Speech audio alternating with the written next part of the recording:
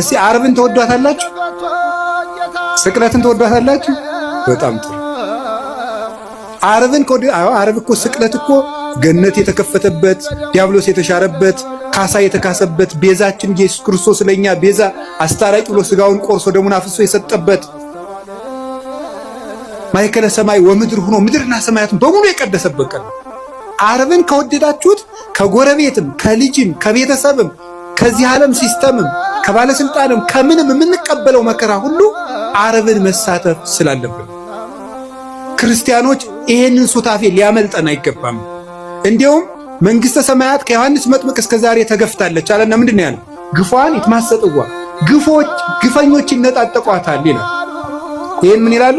መከራ አይለፈን ብለው ልክ የተራቡ ሰዎች የሚወዱትን ምግብ እየተነጣጠቁ የሚመሩት መከራውን እየተነጣጠቁ ትሩፋቱን የሚሰሩት ነው።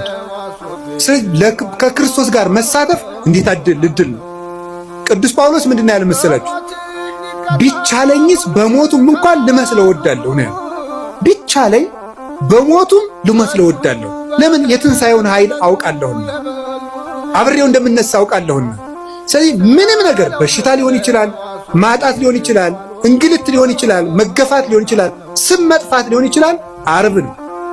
ማጣት ከሆነ ጌታችን ልጆቻችሁ ሞተውባችሁ ወይም ጥለዋችሁ ሄደው ክደዋችሁ ከሆነ የወለዶቻቸው መናፍቅ ሊሆኑ ይችላሉ። ጠብቁ።